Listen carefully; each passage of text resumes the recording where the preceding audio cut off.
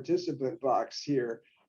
As Brad mentioned, Niosh scientists began field studies in oil and gas extraction industry way back in 2008 and identified several significant exposure hazards to this workforce, including exposure to respirable crystalline silica during hydraulic fracturing. And we've contributed our scientific expertise and research to OSHA's revised silica standard, and also the research has led to commercial development of improved methods for sand handling and delivery. But even as Niosh researchers present their scientific findings during the next 2 days, Niosh continues to engage in research on exposure assessment methods to control identified risks, to educate workers and employers about those risks and those controls. So while field research studies are ongoing, much more work is needed to fully characterize the risks to workers in the oil and gas extraction industry for exposures to various chemicals, to minerals, to physical hazards such as noise, as well as the impact of combined exposures. Research on the effectiveness of controls for silica exposures and other exposures, such as hydrocarbon gases, diesel exhaust emissions, is fairly scant. And certainly more research is needed to show evidence of the effectiveness or the lack of effectiveness of existing or proposed controls. Niosh does this work, this research work that's needed through effective collaboration, partnership with stakeholders. And certainly the NORA Oil and Gas Extraction Sector Council is preeminent in our partnership. And also our alliances with OSHA, the National STEPS Network, state government agencies, labor organizations, regional safety and health organizations, and practitioners in this field. All of us are in this together. We celebrate our partnership. And if you're not already a partner of ours, I would like to invite you to join the council, to participate in research evaluating exposures and the effectiveness of controls. And feel free to reach out to any of the Niosh scientists for further information about opportunities to get involved.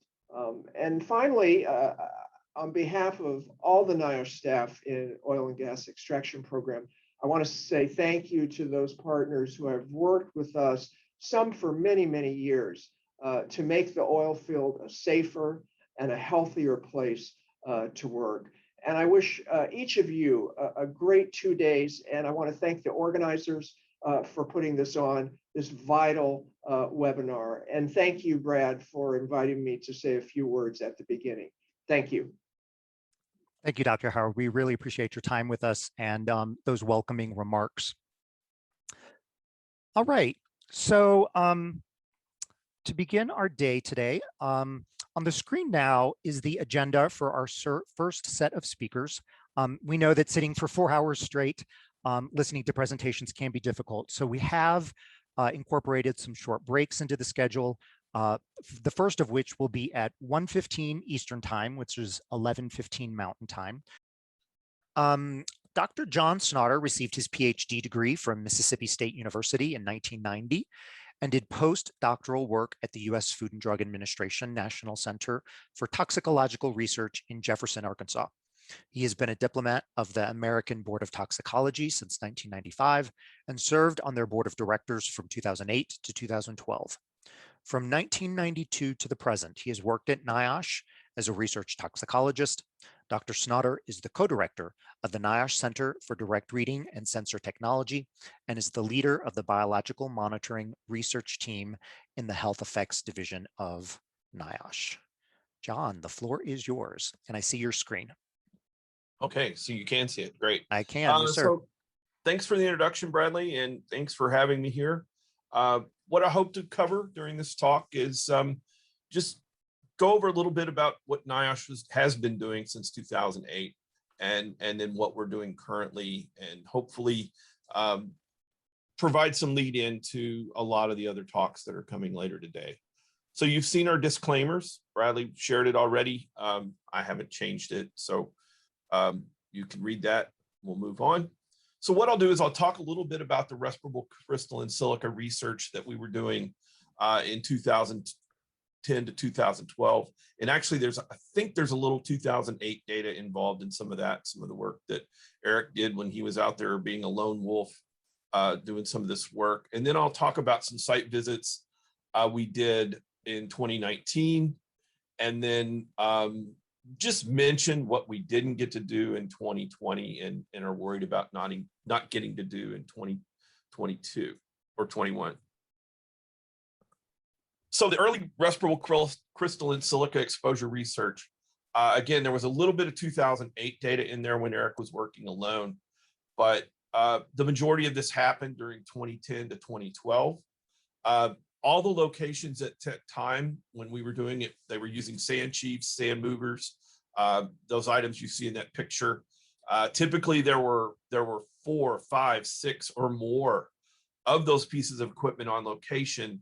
And typically they had at least 2 people standing, operating those machines, plus each one of them had transfer belts and multiple drops and dragon snouts and all that other types of equipment. So it was a very dusty environment.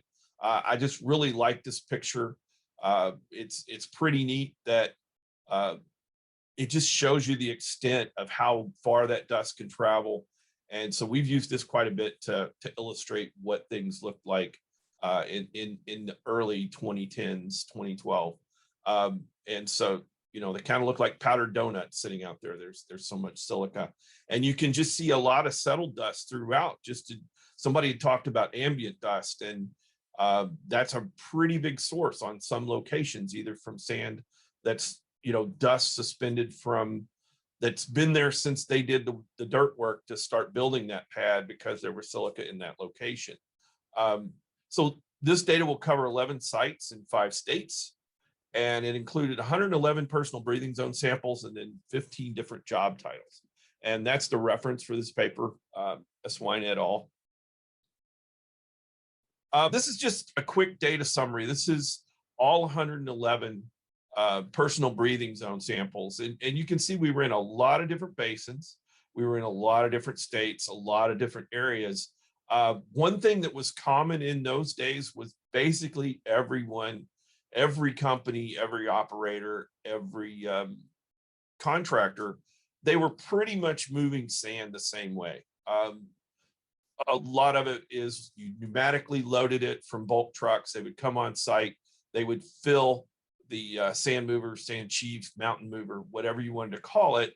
And then there would be multiple transfers, dropping sand to a T-belt, moving that T-belt to another T-belt, dropping it again, and then ultimately maybe 1 or 2 or maybe even as many as 3 transfer belt transfers of this sand before you made it to the blender.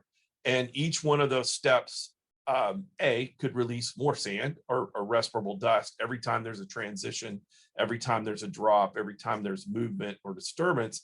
And the other part is that pneumatic loading.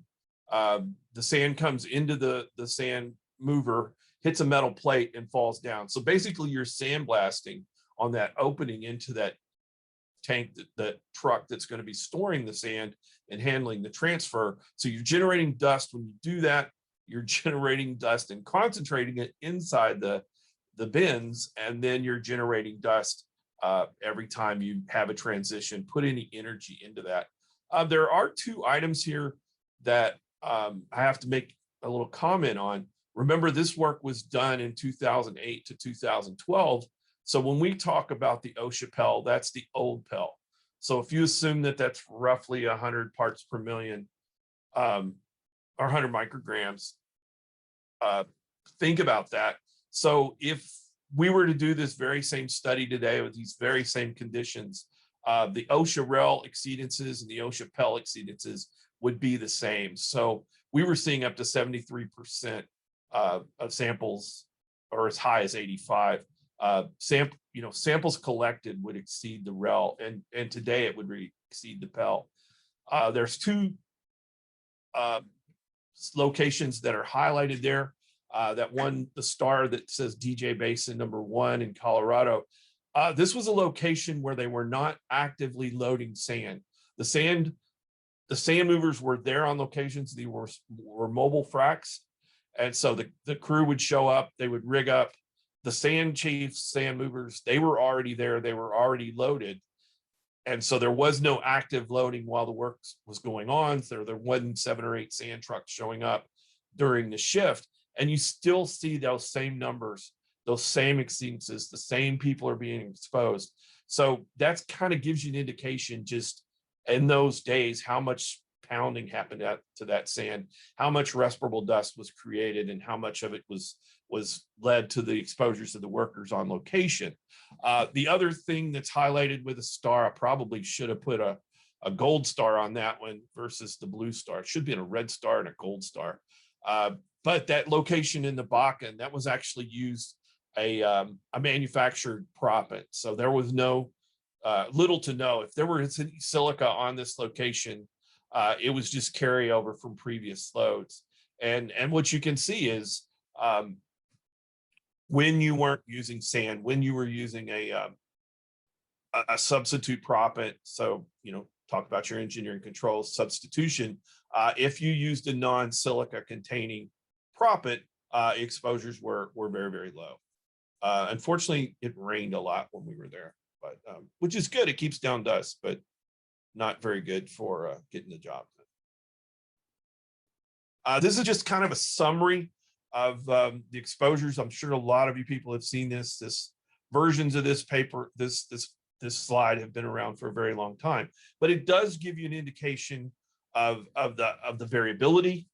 It gives you an indication of that time.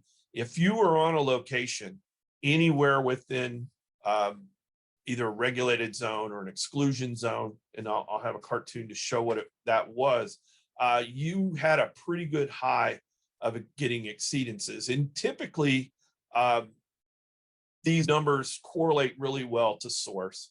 So if you operated sand movers, which had not only pneumatic loading, but at least 1 and maybe 2 T-belts involved, you were pretty highly exposed. When you were operating a T-belt that was receiving sand from 5 or 6 different sand movers before it ever got to the blender, those workers were typically pretty highly exposed. Blender operators as well. And then again, since these were really incredibly dusty locations, you had a lot of other workers who were exposed. So people even as far away as the water operators, people who would normally work on the side away from the sand side, where they're handling the hydration units and feeding on liquids on the opposite side of the blender, even those workers were pretty well in the thick of it. And again, these exceedances, which kind of made me sad when Todd showed his data just now, we were still seeing exceedances that are multiples of the PEL and the REL, but hopefully, we're not seeing it hopefully quite that bad. To summarize the locations where some of this dust and respirable silica exposures, dust release or generations of respirable materials were occurring. And a lot of these were number 1 and number 2. That's specifically related. It was a sand mover issue, and it's based on pneumatic loading. So you can see there's a truck backed in. They're loading the sand movers. And again, we're talking about trying to look in that picture. There's probably at least 5. There may be 6 there. You can see some of the T-belts. And you can just see what a generally dusty location that is. Everything has a film of dust. There's lots of settled dust on location. Another site, top right, are some of the fill ports. One of the recommendations that we brought up early in this operation was close all the fill ports except the one you're using, because again, you're injecting that silica under a lot of pressure, and it's very fine respirable silica that's coming off.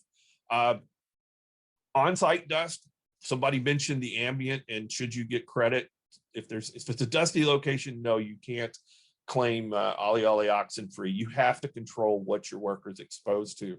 But these locations, there would be lots of settled dust. There would be lots of spilled dust and sand that's getting ground. And so just about any motor vehicle traffic would happen. And this is actually just a picture Mike Breitenstein grabbed when this truck set his brakes. And you can just see every place where the air brakes puffed, and you generated a cloud of silica dust. This on the second down on the right side, that's showing what it looks like. One of the T-belts underneath a sand mover, you can see a lot of spilled sand there. When it's operating, you can see a lot of dust generated as that sand drops and gets transferred. And again, everywhere there's a joint in the belt, everywhere there's some unlevel, just anything that changes that energy flow into that sand can generate respirable silica. There's the drop into a blender. So it's really hard to see because it's quite dusty, but you can see where the sand is coming off the transfer belt going into the hopper of the blender. And again, pretty good cloud right there. To the right of that is looking at transfer belts. And again, multiple transfer belts coming from multiple sand moving equipment. And I like this slide because it shows pretty well, you know, they had them arranged where they had different drop heights, so it was easier to see which one was flowing. But, you know, in theory, there's a whole lot more probability that wind shear is going to strip off some respirable silica from those higher elevated ones versus this lower elevated one. But overall, pretty dusty location. The other one is looking dust that's generating from that hopper, that dragon tail, as it's going into the hopper. And another thing that's here, which we don't actually mention, but in talking to some of our colleagues who do local exhaust ventilation or dust collection, this guy is doing what often ruined their perfect day. He's manually shoveling sand. And, you know, yeah, it's nice to be handy, and housekeeping is good. But, you know, his adding to his personal exposure far exceeds the nuisance of that sand that's collecting underneath. And then one of the things that Todd spoke about, or Mr. Jordan talked about, was the worker themselves. And a lot of times these workers end up, you know, pretty much looking kind of like a ghost worker. They can have so much free dust on them. And, you know, there's quite a few times we've seen workers, they do a great job. They have their respirator on. They come out of the zone, and after they take their respirator off, they dust the dust off of them a little bit, or jiggle around and jump up and down. And if this was a hazmat location, and he was attacked based on the levels he'd be exposed to, you really shouldn't take your respirator off until you remove most of your contamination, because we can see peaks with real-time instruments when we do that. So just talking about the exposure zones and exclusion zones or regulated areas, this was pretty much, we plotted all of the data, all of our personal breathing zone samples, all of our area samples, all of our source samples, all those samples, we plotted them on this typical or cartoon representative of what well pads looked like in that day during a frac job. And this one only has 4 sand chiefs and fewer pumpers, but it's pretty a good indication to show you, based on wind direction and sand movement onto that location, just how large some of these exclusion zones or regulated zones. It was pretty much the entire length of wherever you had a piece of equipment handling sand in any way during those days. Those would be exclusion zones. You were guaranteed to have exceed the PEL or the REL, and not just a little bit. You would typically exceed them many times over. In that orange zone, it was typically only bad when there was actual pumping going on, actually moving sand during that period. And then finally in that yellow zone, you know, again, it was actively moving sand. Typically it was pretty manageable with you know, we're not seeing 10 times the REL, 10 times the PEL in that location. You would see more approaching the action level in areas like that. But again, think about during this period, the PEL was about twice as high as as it is now. So we were doing calculated PELs during those days with an assumed concentration. Well, we did it for each one, but I think typically the dust that we were collecting back in those days was about 53%. So you'll hear a lot more about this today in the next couple of days, talking about how they handle proppant. So there's a lot different ways to do it, a lot hopefully improved ways. You still do see some sand movers, sand chiefs. Had we been able to go out in the field in 2020, we were hopefully going to be able to go out and sample on some sand movers, and except for maybe one or two cases, we had not sampled a sand mover since 2012.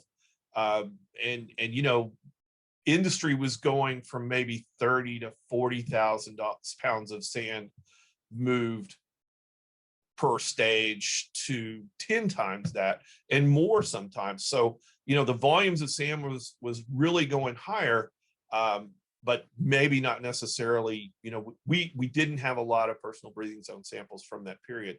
So it's really hard to make some determinations. Hopefully you'll hear from later speakers about that. You know, yeah, even though they were using more and more sand, they were doing some types of controls. They were reducing exposures. And so hopefully, you know, we didn't get a lot of exceedances during that period. It'd be really neat to look at the Osha data and do it kind of time-based to see if it was going down over the years. Other things that are out there and we've been looking at is containerized sand, the silos. So in this case, a silo is something that's straight up and down. A vertical bin is the bin that comes on location and it gets elevated and it hangs by an angle. But a lot of these are loaded by straight conveyors, not pneumatically loaded. A lot of them feed, gravity feed, and they're more centralized. So there's a lot fewer transfer belts and opportunities to dispose. But, you know, it can vary in a lot of different, you'll hear about a lot of different ways to move sand over the talks this week. So just a really quick thing about the hierarchy of controls. So the goal of this is to, you know, you actually want to protect your workers by controlling exposures.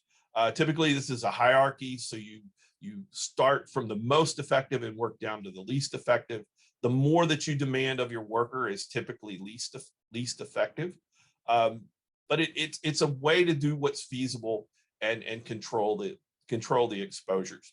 So at the top, you work down, and typically the best way to control is just eliminate the hazard. You just physically take it away. That example where there are some examples where there are formations that operators are able to frack without proppant. So the formations will actually hold those cracks open, and they've developed techniques where they can flow those wells back and not scour them out. They can actually, you know, the well maintains its integrity without proppant, and they can produce. We saw an example of substitution up there at the North Dakota location in the previous study, where they were using a centered bauxite manufactured proppant versus regular crystalline silica. Engineering controls, you're going to hear a lot about that.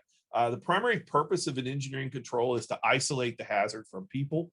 Administrative controls, that's changing the way people work, the exclusion zones, using fewer and fewer people to do a given job. And it's a lot easier to make sure one person is clean shaven and wearing his respirator properly than it is to do that with 7 or 8 people. So just reducing the number of the people in the zone is a good thing.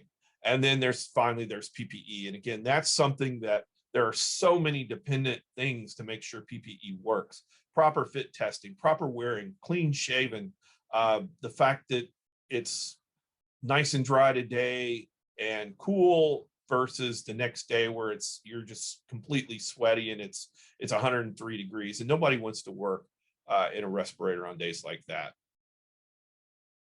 So we had an example of an elimination or substitution. So if you want to eliminate, if you cannot use proppant, you know, awesome. That'd be pretty good. But there are some formations you can do that, others where it doesn't work well. But you can use manufactured proppant. So things like ceramic beads, centered bauxite, they do pretty good job. They're relatively silica free, you know, and they have pretty good crush strength. So they work pretty well.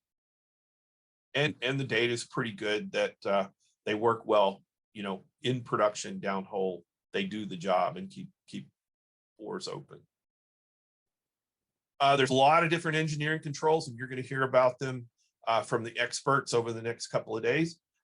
You can treat the sand, so you actually treat it with a dust suppressant, and that can actually just, I don't know if it makes the, you'll hear more, but it just makes the sand, or allows the sand to be moved and handled and kind of tolerate a little more disturbance, and you just don't generate a lot of dust. Wet sand is pretty good. I mean, if technology is improving such that you can keep sand with a lot more moisture in it, you don't need dry sand.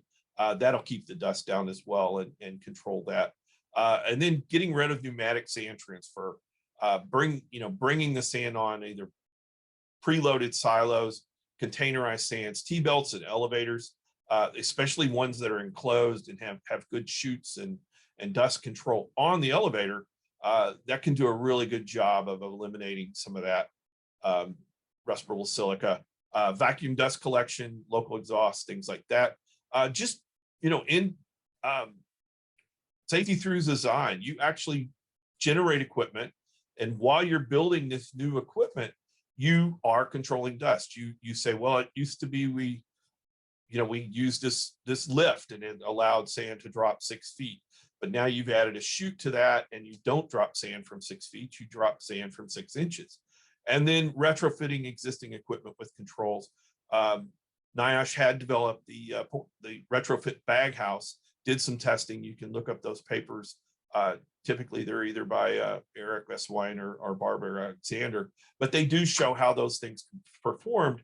And those were designed to fit on top of an old style sand mover, and they could contain some of that dust that was released while you were filling and loading those pieces of equipment. So we did a couple of trips in 2019. First trip was up in North Dakota. We were looking at 2 generations of vertical bin technology. So one was like generation 3, and the primary difference between the two was how you loaded them. One of them, you built basically a dumping location. The trucks would roll in, they would belly dump sand into a buried hopper, and then they would transfer that sand up into the vertical bin, and then you would move it from the bin and into the blender. The other type that we looked at during this visit, the truck pulled in and the bin was actually extendable, and you could reach under the truck, and then they could drop from the belly of the truck that way. Typically what we did was the same type of personal breathing zone sampling that we did previously. So we measured total respirable particulate, we measured respirable silica, we did some work with diesel particulate, volatile acids, and we started doing a lot of direct reading. And Dr. Cotta, he'll be talking a lot about this next after me, but I will touch on it just a little bit. But we did do a lot of direct reading simply because to be able to walk up and look and say, that looks dusty, and then just literally look at a monitor and say, yeah, that's pretty dusty. Pretty handy way to do it. And you can do some kind of on the fly stuff. Maybe you could get them to lower the chute dropping into the blender by X feet, or put a tarp there. It's a really good way to evaluate on the fly. So this just looks at some of the first locations. So this location was a typical frac job using the vertical bins, and this was the one where the truck pulled in over a hopper, dropped the sand into an inlet, and then the transfer belt moved it up to the hoppers. And so we looked at a wireline operator, kind of getting that person outside the normal exclusion zone. We looked at what we called a sand and chemical hand, trying to match some of the description of the workers we had before.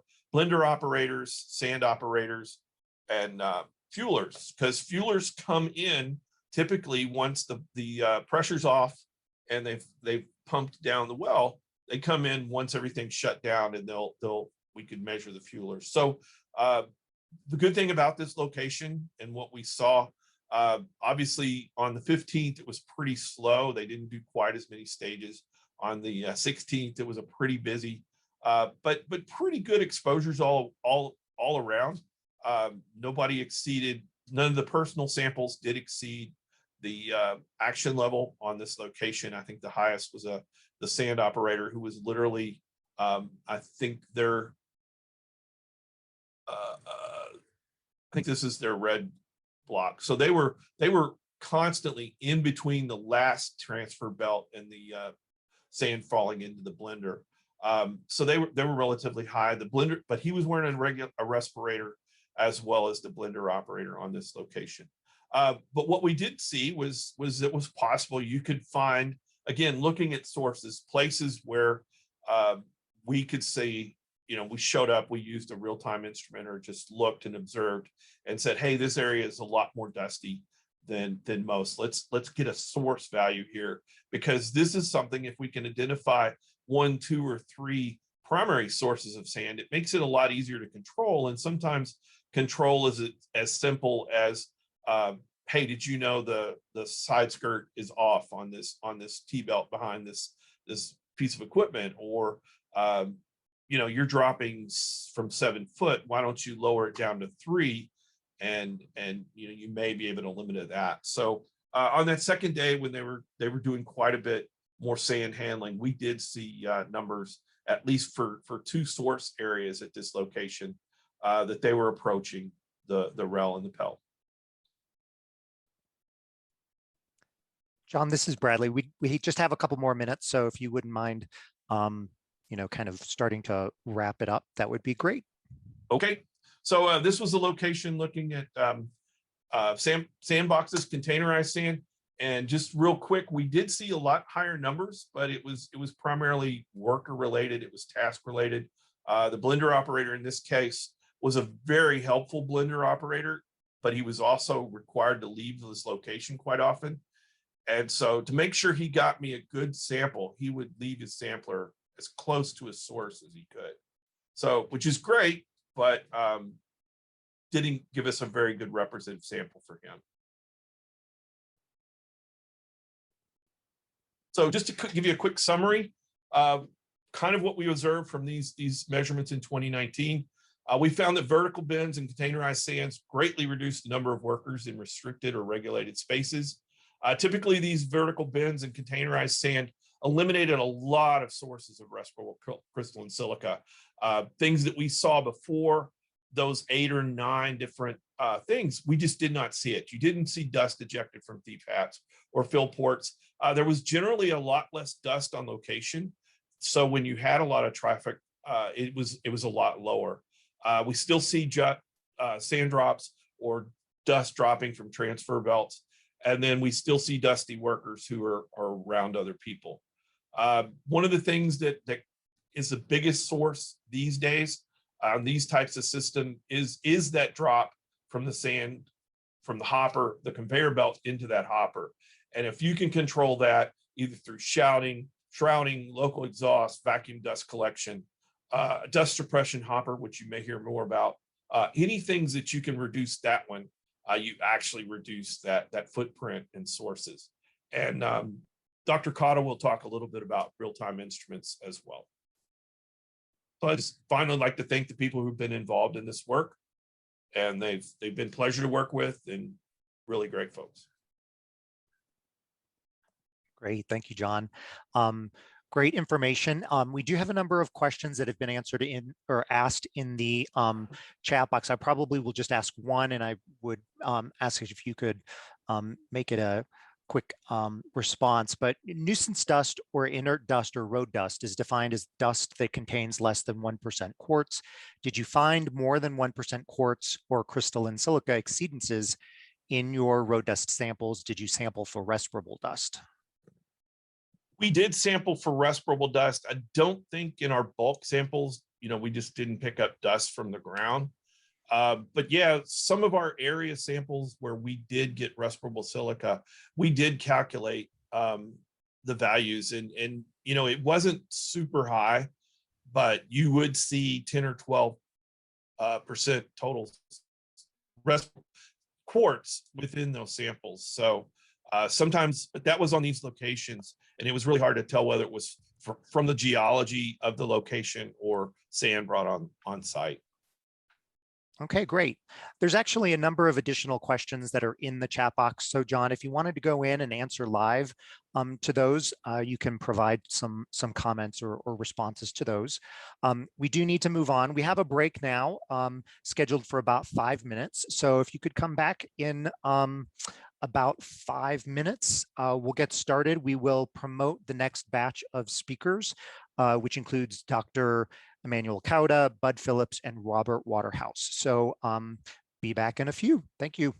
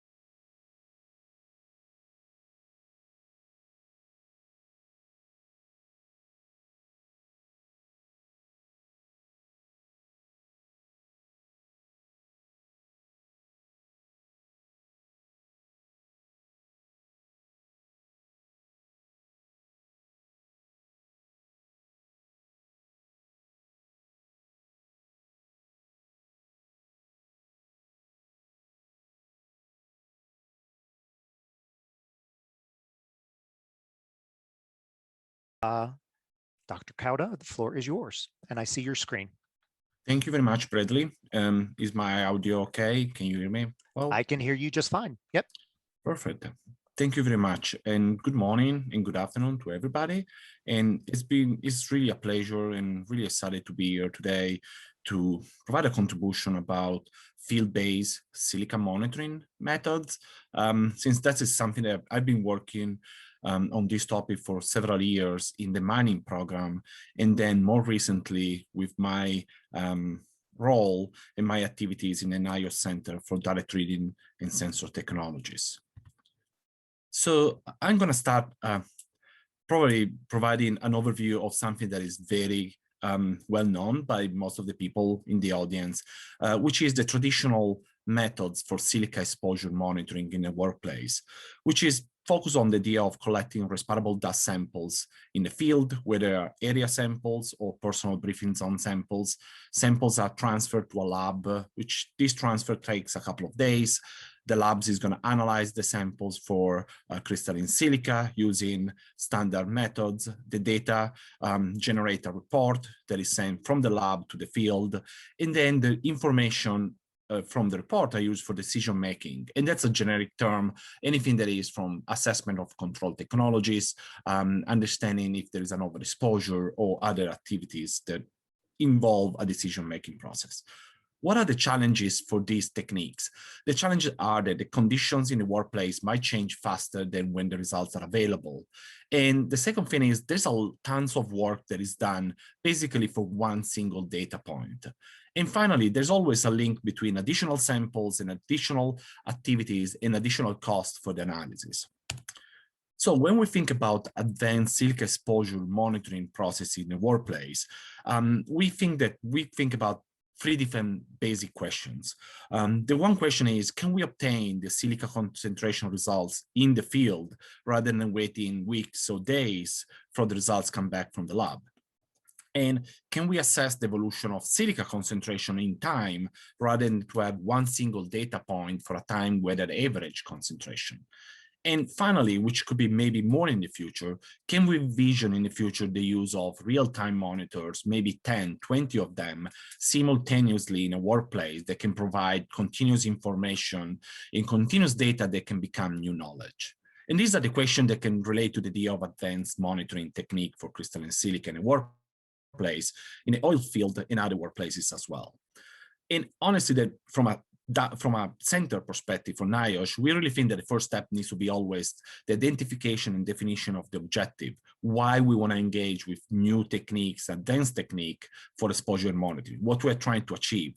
And do we understand the functionality of each of these techniques and methodologies?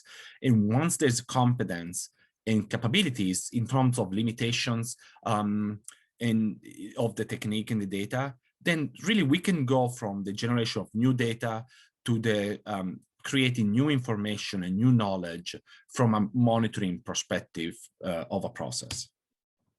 And this is presented in a different way, but it's actually very similar, which is something that we've been working on in the Center for Sensor, which is called Right Sensor User Right. It is an activity of our center at the moment. And basically, it is much more than picking the right gadget. There is a proper analysis of a specific need, the identification of objectives and hypotheses. And from a user right perspective, it is not enough to read a manual of a device or understand the methodology. It is really a clear or comprehensive idea of understanding the capabilities and limitations of each methodology and approach. So I'm going to present 3 different methodologies that could be helpful in the oil field in the future for exposure monitoring or monitoring in general for crystalline silica. The first one is something that we are working on in the mining program, which is a field-based approach for end-of-shift silica monitoring. Basically, we are changing a couple of those components in the traditional cycle for exposure monitoring, in a sense that the sample is analyzed in the field and it takes 60 seconds, and the data are processed into information about silica concentration. And basically, the entire process is over in a few minutes at the end of the shift. So it's a small lab in the field. It is specific to crystalline silica and is non-destructive. And that's very important because basically it's possible to send the samples out for standard analysis as well. It is basically a proactive tool. We think this could be helpful for assessment of exposure and concentration, implementation and improvement of work practices and control technologies. And basically it's a complementary tool in support of compliance. The components for this monitoring approach are basically, and the steps for this monitoring approach are basically 3 steps. There's the collection of the samples using gravimetric dust samplers, nothing different than industrial hygienists have not been doing for 20, 30 years probably. The samples are analyzed in the field by a portable FTIR. There is an infrared spectrometer. The data are processed by a software, which is called Niosh FAST software, which is freely available on the Niosh website. And if needed, the samples can be verified at a lab level because the methodology in the field is non-destructive. In terms of components, we rely for this monitoring approach on the use of many respirable dust samplers. So it's really flexible and honestly builds up on top of the current industrial hygiene practice because we know that different operators have an interest of using different type of samplers. We design a different sampling cassette that is helpful to minimize wall losses, and also because it's super user-friendly. The filter in the cassette doesn't need to be removed from the cassette. It can go straight into the portable FTIR in the field. And so from an industrial hygiene practice, really the changes are minimal. From a perspective of the analysis in the field, we rely on the use of portable FTIRs, which are really small instruments that can be in the field pretty much anywhere. And the use of a fast software, as I said, they get the data from the instrument and with metadata from the industrial hygienist can generate the silicon concentration for each sample. The most common question that we receive always is, how accurate is this method in the field for silica analysis? And the answer is, it depends. This method was designed initially for samples collected in coal mines. And in that case, we can be very accurate in the estimation of crystalline silica in the respirable dust. In other environments, other coal mines or other workplaces like oil and gas, construction, and manufacturing, the estimation in terms of accuracy is variable, and we're working on advancing modeling for this. But the practice that we propose now is basically using the fact that the technique is non-destructive to create a site-specific correction factor. So you can see from the right, this chart, this was a mine visit we did a few years ago. We compared the results from the field on the Y to the standard method. We create a correction factor, and we went back to the same mine and we applied the correction factor for a much more accurate information in terms of silica concentration sample by sample. And I'm going to show a few examples of the implementation of this technology in the field, actually in some oil field related environments. This was a study we did in 2013, actually, in a sand mine in Arkansas to test the effectiveness of mini baghouses on sand movers. And this was done thanks to the leading of Eric Haiswan, and Bradley King actually was there for the first trip as well. And so in 1 week, we collected overall 198 samples in 16 tests. And each test lasted 45 minutes because we tested the mini baghouses on top of the sand mover, and we tested the condition with and without many times. And the samples were analyzed in the field and then sent at the lab for verification. So the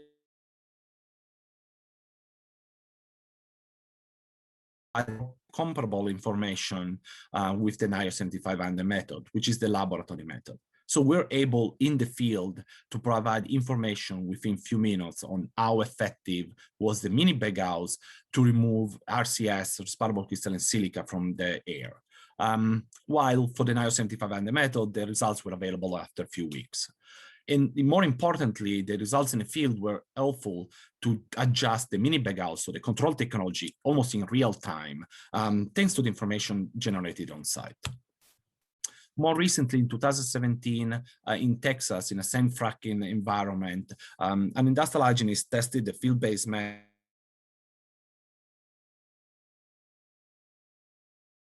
7 of them showed the level of silica above the limit of quantification of 15 microgram.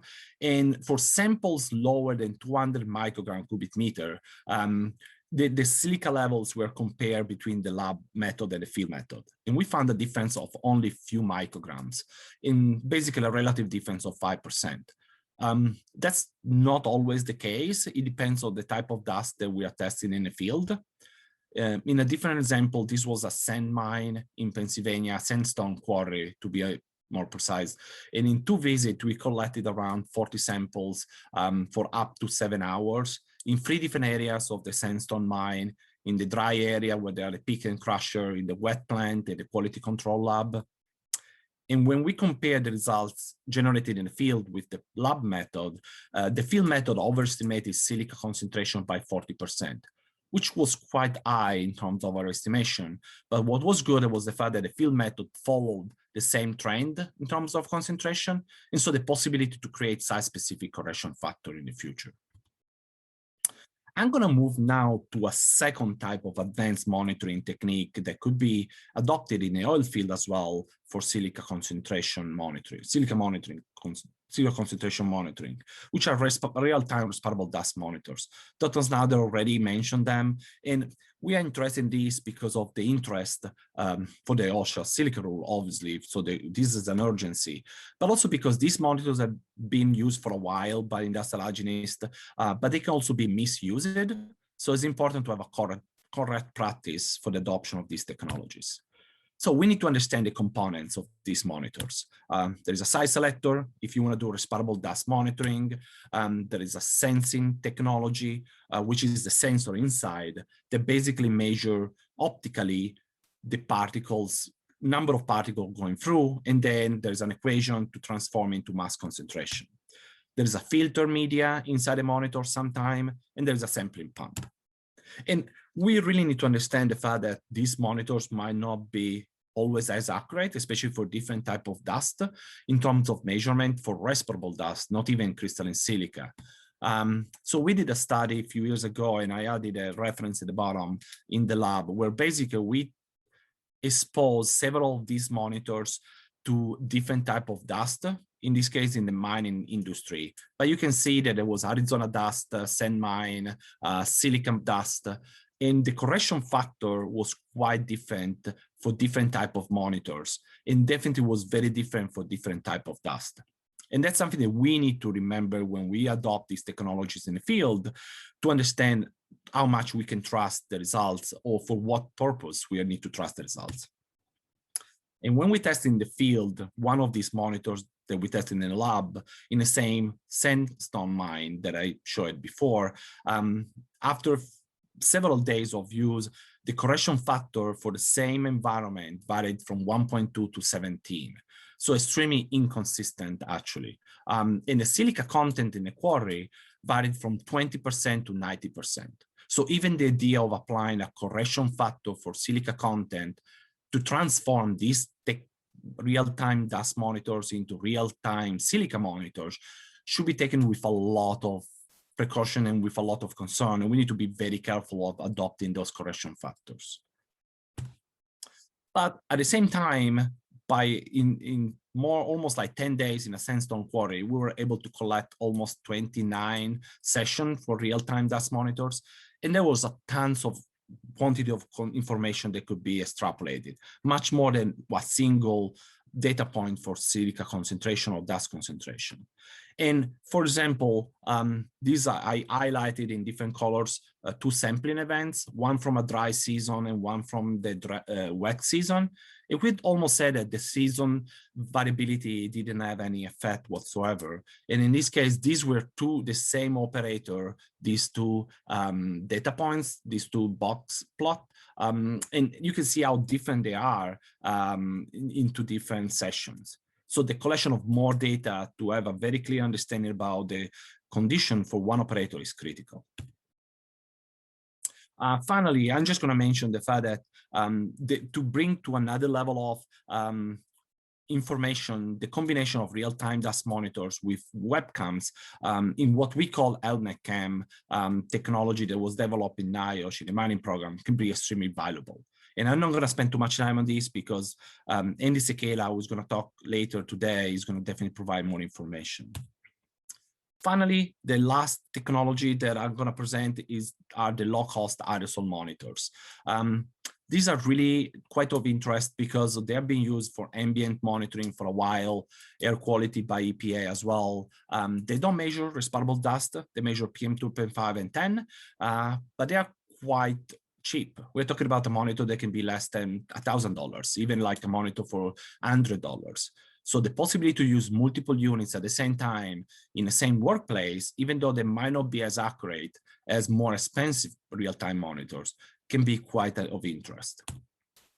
And this is something we're working on in the mining program. And I had the contact information of Justin Patz, who is the project leader for this effort, is really to test a research question that said, can an array of low-cost dust sensors be used to adjust an industrial process? If there's a need and we can identify their unhealthy conditions, it can be immediately addressed by the use of this data from an array of low-cost monitors. And this is going to be verified in the future, but there's a lot of interest in this area. And my final remarks are that the traditional approach for silica monitoring in the oil field, and actually in any workplace, is definitely very accurate and effective, but there are limitations for sure.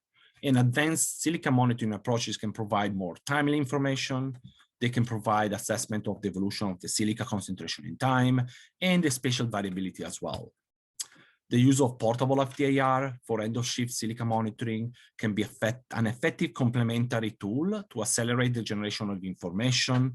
The accuracy needs to be assessed, and we can definitely help as Niosh the implementation of this idea and technology. At the same time, the use of real-time dust monitors can help assessing the variability in time. Also in this case, the accuracy of these tools should be considered. We should be very careful. And helmet can, as you're going to see in a few minutes, can provide another level of information. And finally, for low-cost dust sensors, there's a lot of interest in this technology now because they can provide a temporal and spatial variability assessment of the aerosol concentration in a workplace.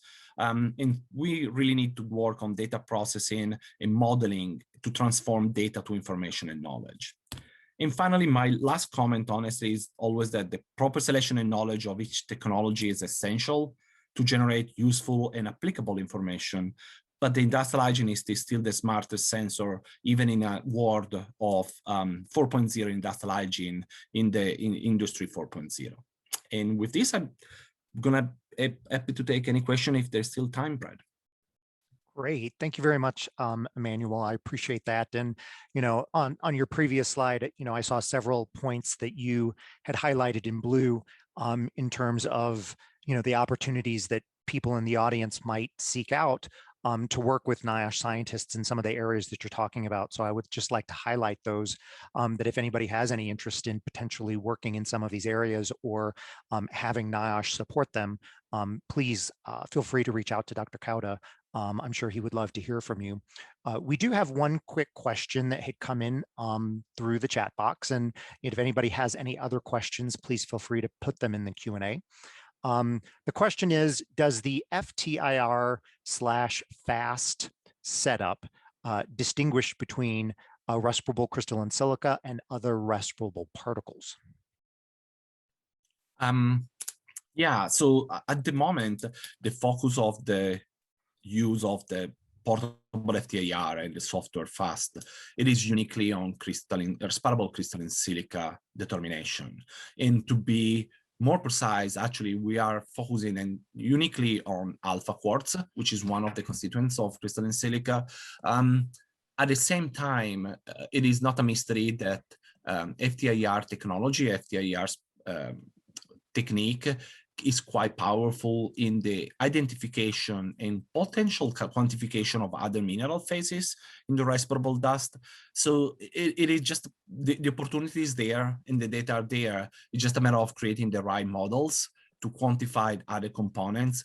Not every single mineral can be quantified by FTIR. There are some exceptions like iron oxides, for example, they are quite complicated, but there's a large variety of mineral phases that can be quantified with this technique. And if a partner would want to explore this further, like what would be the costs associated with trying to do something with FTIR on their own or in partnership with Niosh? What are the resources that they would have to put into something like that? Yeah, thank you very much for the question to give a little bit more information. For this type of technology with the FTIR, we're definitely still at the very early stage of adoption of technologies.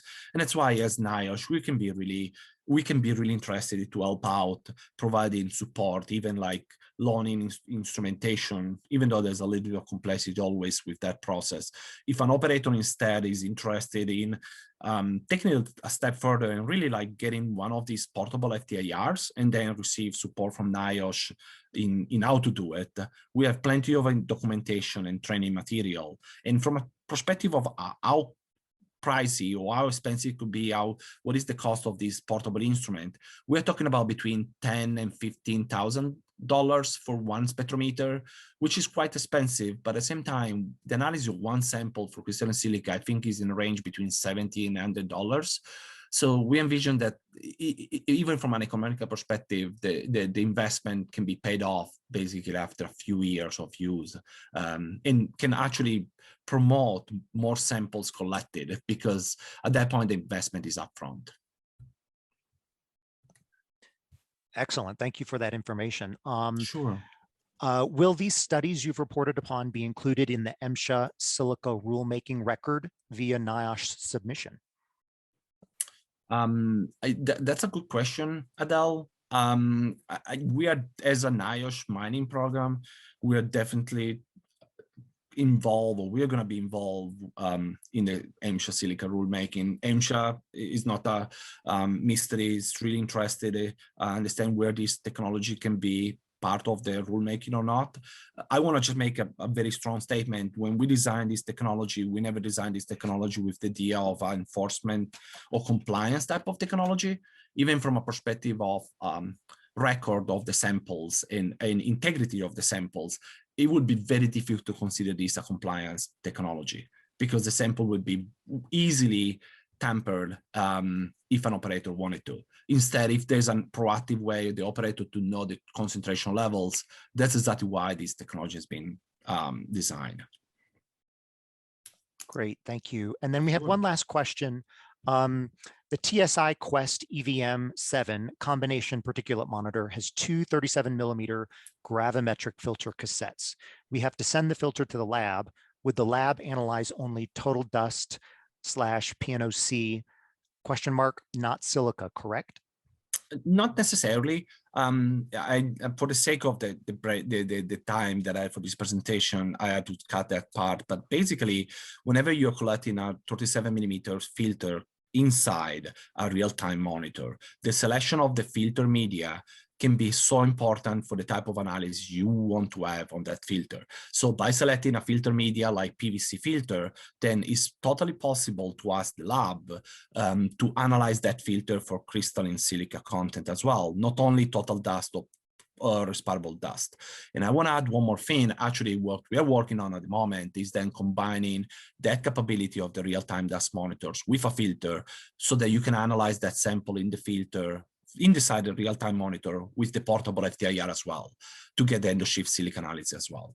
So, and I'll be more than happy to give more information on that, but also on the selection of the filter media for silica content.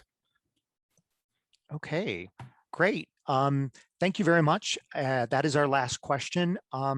Dr. Cotto, we appreciate your participation and giving us some insight on, I think, some really incredible and potentially useful technology for the industry to consider in the future. So that is great. I ask you to stop sharing your screen while you do so. Can do. Can you see me okay there? And I can see your slide perfectly. Yes. Cool.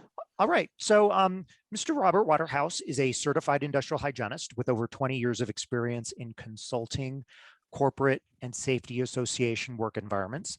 Robert is a naturally curious individual who strives to innovate and bring a fresh perspective to existing health and safety topics. So we're looking forward to your presentation, a little bit different tack than what several of the other presenters are. So the floor is yours, Robert. Awesome. Cool. Thanks, Brad.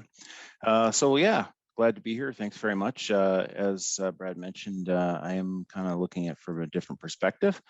There's been lots of great learnings, and the industry has done a lot of great things, really over the last 10 years or so to, evolve and learn from silica sampling and exposure control. And certainly, I think there, even with some of these new technologies that are being used as far as conveyance and capturing and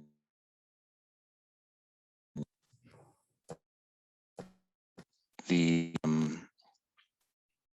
sorry, I had a speaker issue there.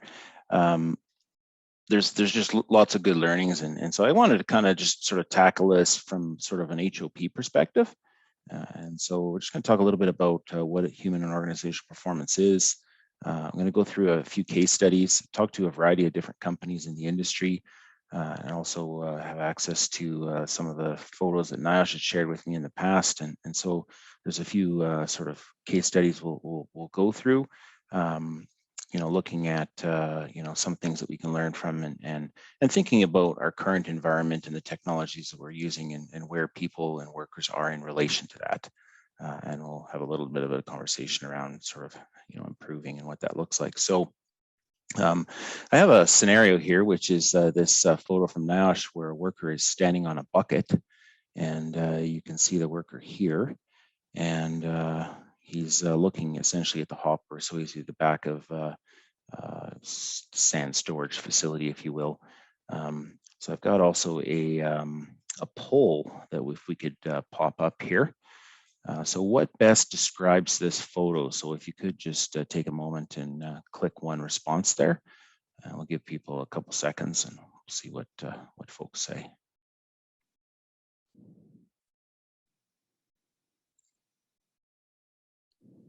Responses are still rolling in. I will share it in just a moment.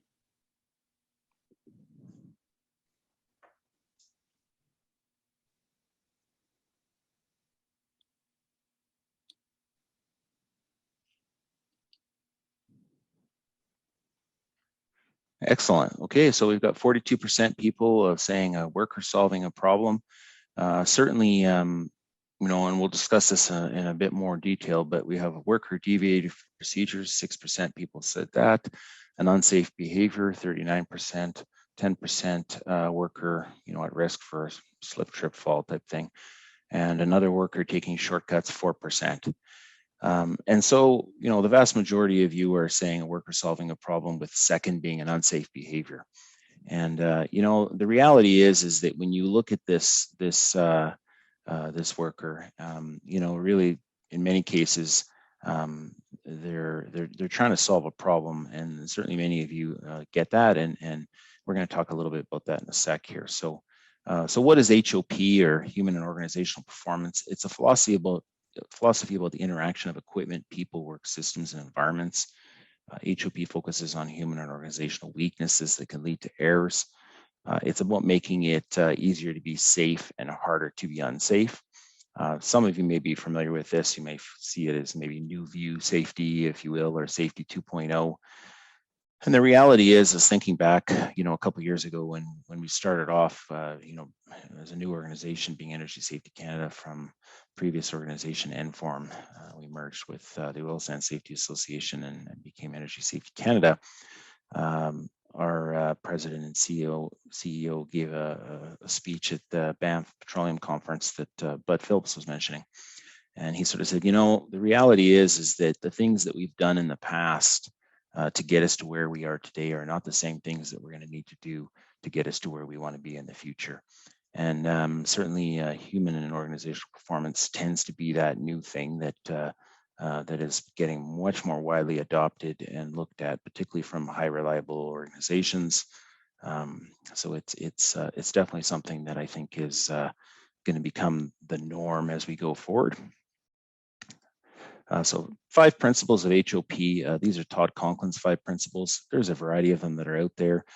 Some companies may have even put their own together. Error is normal. Blame fix is nothing. Learning and improving are vital. Learning is deliberate. Say learning is deliberate. A lot of people say, well, we're going to learn from our incidents, learn from our exposure data. The reality is that a lot of times we have learning and it's passive. We don't actively seek it out in our organization and actually, create systems and stuff to actually, find those learnings and actually work with them. We look for them to surface to bubble up to the surface, and then we deal with them. Maybe. So it really, a lot of times we're not that effective as people, as organizations, as an industry, and this applies across everyone, all industries. The reality is there's no new incidents, right? I mean, the reality is we keep making the same mistakes over and over again. So we really need to do a better job around learning. Context influences behaviors, so systems drive outcomes. So we'll talk more about that in a sec. And how you respond to failure matters. How leaders act and respond counts. And so this is certainly, psychological safety in part, which is, the ability to, to speak up and express your views and not, be worried about reprisal, if you will. So a few additional terms that relate to HOP are the term capacity. So this is about, striving to design work so that there's capacity to safely handle a human error when it occurs, because people are basically going to make mistakes. It's inevitable. That's how we work.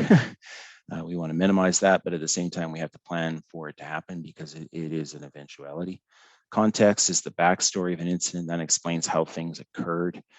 Very often, context is often lost in incidents, particularly as they roll up the management chain within organizations. Things get changed and twisted around or omitted for a variety of reasons. And so we'll go into that in a second.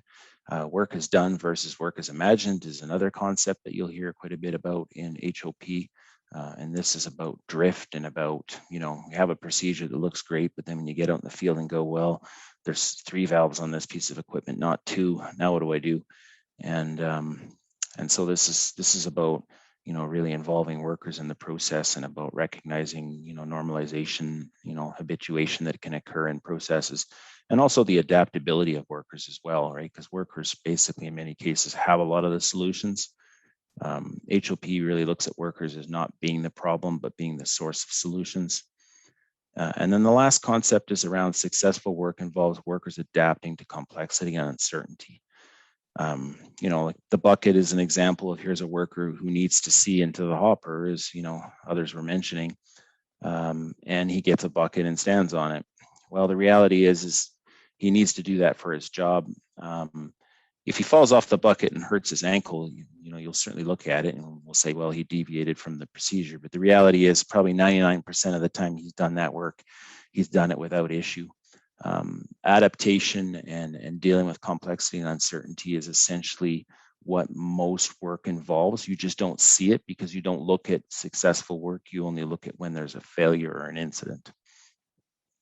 So, when we think of this shot here and different buckets that are sitting around and that worker, you can see the height of the hopper. You can see where this worker is in behind here on the dragon tail. And the reality is for him to be operating the controls and see into that, he has to be elevated, but that hasn't been provided for him, to do that work. So we have another poll question here. So how should this problem be fixed?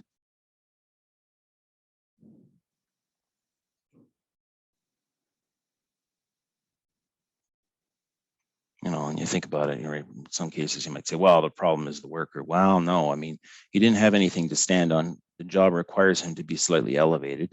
What would we do to fix that problem rather than try to fix the worker? Say, well, you're not motivated or you've got the wrong motivation, which clearly I don't think the worker does, but let's see what people think. All right, so awesome. Good answer, guys. A couple good things there. Rethink the design of the equipment in relation to the equipment-human interface. So this is a human factors piece for sure. Provide a platform to stand on near the hopper. That's an interesting one. I certainly think that maybe that's the answer.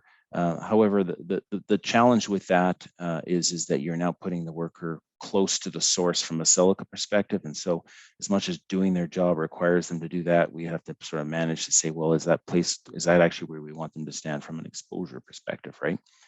And then there's a variety of other ones. Obviously, we had about 3% people say hire taller workers. Could get interesting, could be some discrimination against shorter workers there too, right? Install cameras is, I know, I think it was Bud was mentioning that as well. That's a possibility. It could have its own challenges, particularly if you have a lot of dust, keeping them clear so that you can actually see, and having sealed units so that the microscopic sand doesn't get in there and ruin the focusing and movement of the camera are certainly challenges. So thanks for that, guys. So this is just an example. I want to, talking to different companies about different experiences. We have a service companies conducting a frac on a large multi-well pad. They're using ventilation to control exposure during pneumatic inloading of propent or sand. An OH&S inspector is coming to the site and significant dust clouds are present. Site personnel produced a last-minute solution that results in the worker at the hopper being significantly overexposed. You sort of say, wow, what are these guys doing? Last-minute solutions, workers, coming up with stuff. Here's that problem worker, right? We got a whole bunch of problem workers potentially. That would be more sort of an old school view, right? The reality is the ventilation fan suffers a critical drive shaft failure and stops operating, and the fan cannot be fixed for several days. Keep in mind, we have OH&S showing up. With the fan running, workers use half-mask respirators equipped with P100 filters. Without it, they're basically in full face, and others on site may need half-mask respirators as well. So the workers secure bricks to the underside of the hatches to keep them from opening during pneumatic inloading. This actually is reasonably successful in relation to those exposure sources, but creates more elevated exposure at the hopper for that worker. And then the reality is when you look at this, you sort of say, okay, well, really the workers were stuck between a rock and a hard place. They had no good choices. Certainly we would sort of say there's some management of change here. These aren't pressure vessels. Granted, you're not putting them over, you're not over 1 atmosphere, but you're getting close to it. And there could be just some design issues there. And we also want people to basically think about plan for failure. And so you heard previous speakers talk about this. These ventilation systems that are designed for controlling exposure to carcinogen, that's safety critical in my books. And so, I'm not saying that you need a backup unit on site, but you do need to think about that. You need to think about the maintenance of that and that equipment, which you heard other people talk about previously, because these things will fail. And the reality is what's your plan when they do? If your answer is, well, we'll figure it out, then you're going to let workers basically come up with solutions and they will do the best they can with what they have, given the limited resources and time that they have, right? So scenario 3 here, we have one on a respirator use issue. So we have a variety of controls in place. However, exposure at the hopper is still a concern. The health and safety professional wants the business to direct more effort towards this vulnerability, citing respiratory equipment not being worn consistently. Office personnel challenge this assertion, as all data in the health and safety system indicates no issues with the use of respiratory equipment and no specific hazard IDs on Silica have been reported. So you go, what might be going on here? So I got a poll question for you. And basically, I want you to think about what approximate amount of time, % of full shift, can a worker not use a half mask respirator and not exceed the full shift exposure limit when in an environment at 5 times the exposure level. Now, I'm not looking for you to pull out a calculator, so we don't want to give them enough time, Courtney, to use a calculator. I just want you to kind of have it. If you know the answer, great. If you don't, give it a gut feel. You're at 5 times the exposure level. You're going to have a worker take off their respirator in that environment for a period of time. What % could that be? So let's give people, I don't know, another 5-10 seconds, and then we'll see what people think.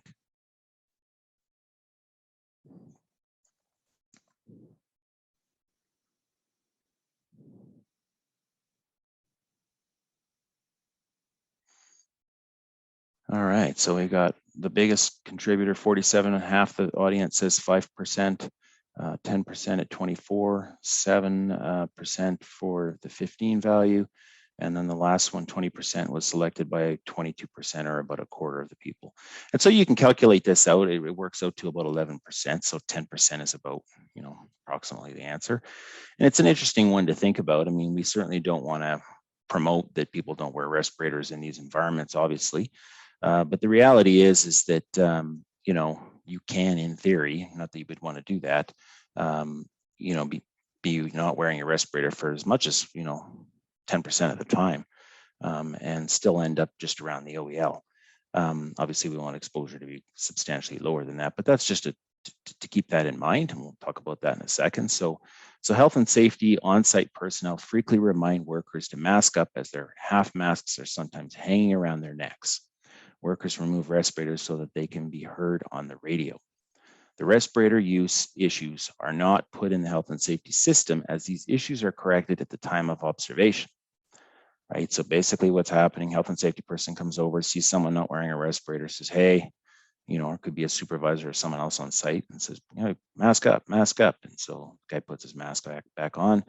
And it never gets entered into the health and safety system because it's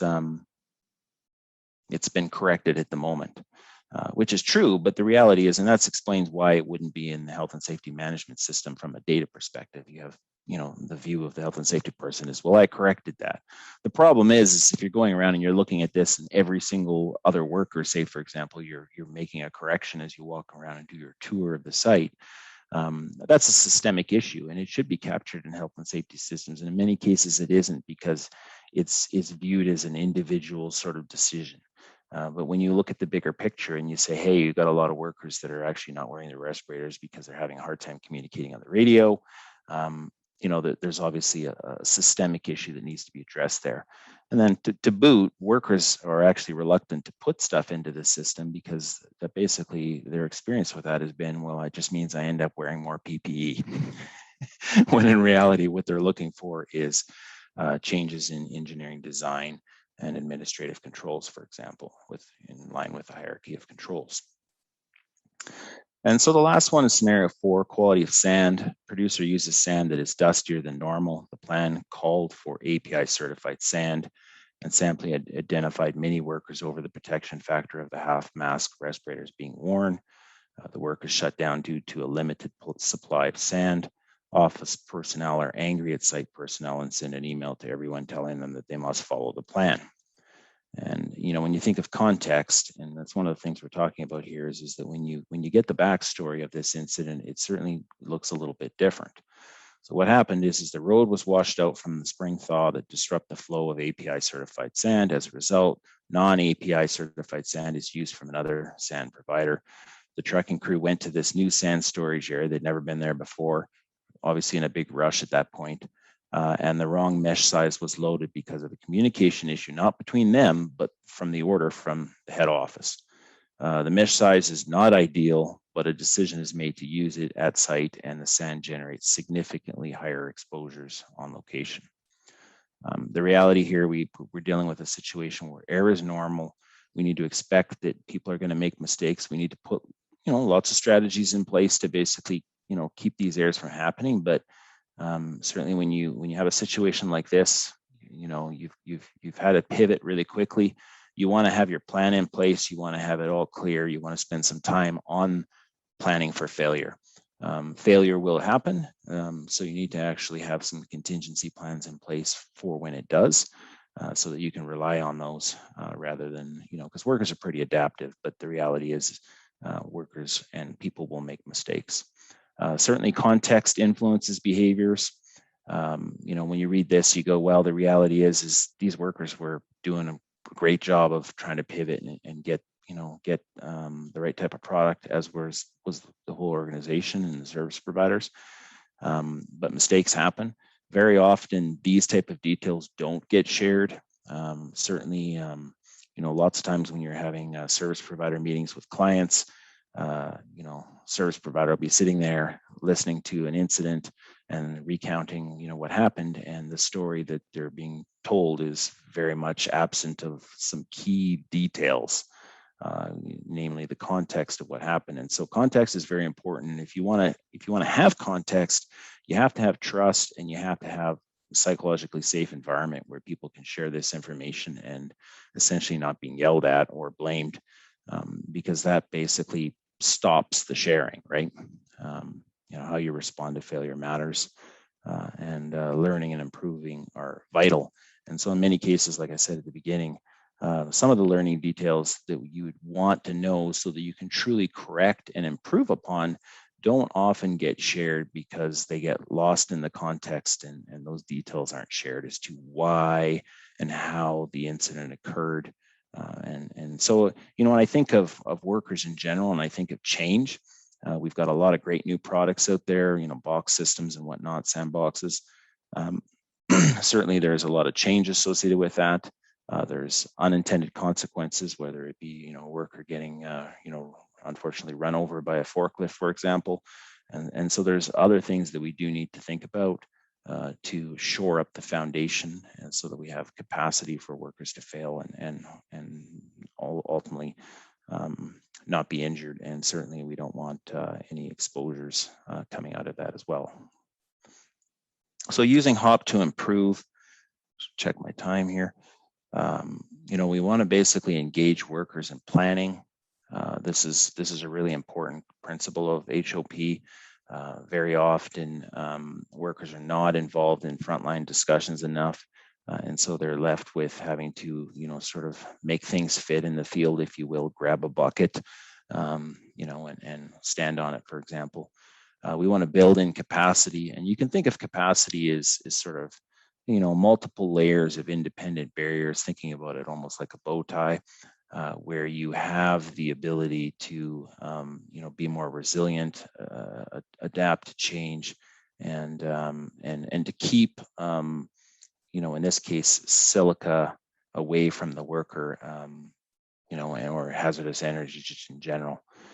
You also want to do what's called after action reviews. And this is sort of a learning component as well, which is when you're done with, even a stage on a frac, for example, crew all huddles together and said, okay, how did that go? What went wrong? What could we do better?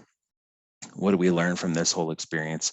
What little tweaks can we make for, the next stage on the frac, for example? It's these subtle little things that add up over the course of time and basically improve safety performance and also improve operating efficiencies and reducing non-productive time as well. And that's a big factor with respect to HOP. HOP is not just a safety sort of philosophy. It's sort of a high efficiency, philosophy as well, and it's typically associated with organizations that are high performers.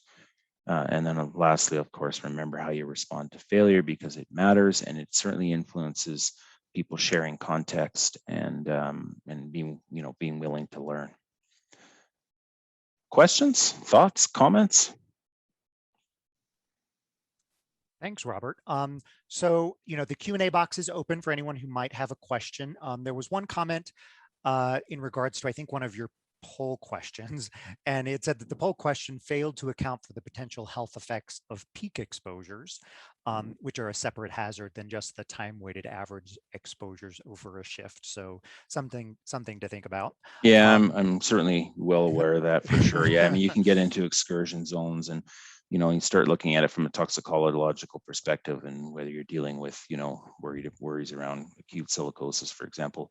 Yeah. But I do think that the point there is just to get you sort of, particularly when you think of noise, when you're dealing with a logarithmic exposure, we've certainly probably all done those calculations and how significant not wearing hearing protection for a few minutes can be, right, relative to your full shift sort of true exposure. But it's just an important piece to keep in mind. The reality is that, if you've got workers that are having a hard time communicating, and communicating is essential, you can tell the workers to wear the respirators, but at the end of the day, if they need to communicate to do their job, they're going to take them off, even if it's only for a second to say something under their mask. This is something you see commonly in the field. And instead of looking at it and saying the worker's not doing the right thing, it's like we really need to address the problem at the foundation, which is communication radio, communication, throat mics, other things that really need to be there to alleviate, the issue that they're trying to get around. Yeah. So thanks for that. Yeah. I guess I did have one question too, Robert. I know in one of your poll questions you asked the audience which would be a better approach to recommend, and many of the audience members had suggested kind of maybe a re-engineered platform or something like that.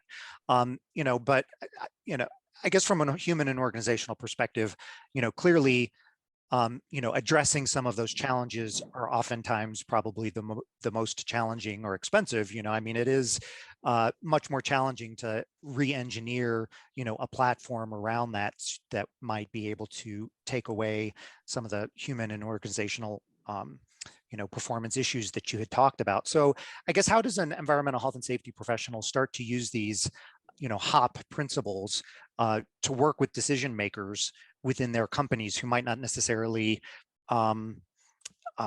be as versed in these HOP principles, or how can they better address some of these issues to convince, I guess, the decision makers that those types of more expensive options are really the way to go? I think, first off, I would say industrial hygienists are sort of naturally inclined to think about HOP issues because we spend so much time studying workers. We are out in the field. We have monitors on. We're observing. We're asking a lot of questions. We're naturally curious people, maybe in comparison to just maybe the general population. I don't know. I mean, that would be maybe a little study, but and so as a function of that, we tend to really understand sort of the natures of HOP, I think, better than maybe some of the traditional safety people, for example.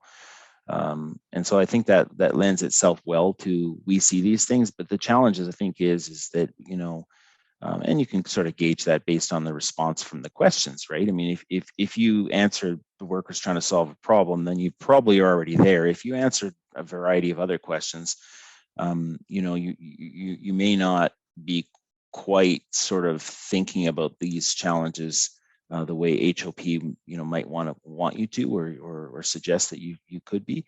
And it's really what we're talking about is setting workers up for success and setting businesses up for success. Not putting workers in situations where they have no good choices.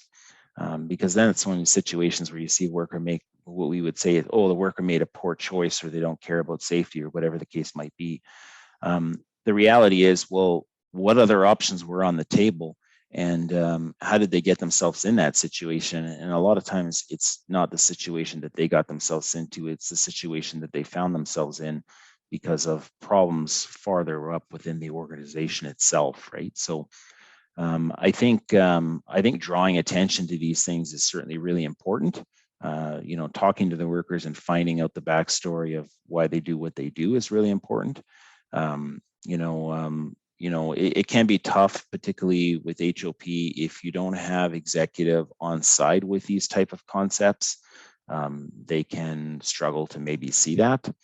And so it can be a tough battle, but this is a space that Energy Safety Canada will be moving into, doing some stuff here. I'm working on a project in relation to this for later this year. So we are hoping to sort of evolve this concept further.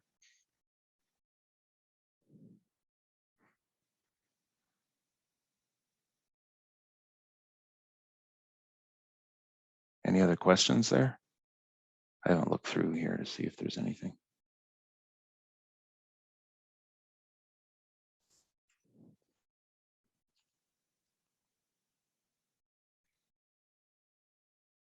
No, I think if that's it, then I'll pass it back to you, Brett.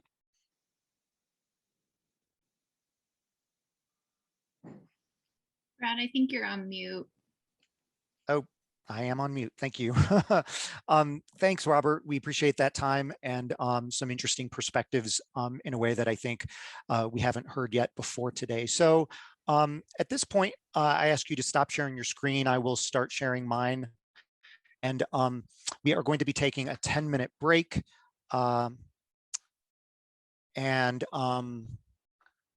We will be starting back up again at 1 o'clock Mountain Time, 3 o'clock Eastern. The slide on your screen right now has a request to all of our attendees. If you wanted to read through that, we are very much interested in further working with industry representatives, learning more about your efforts at evaluating the effectiveness controls.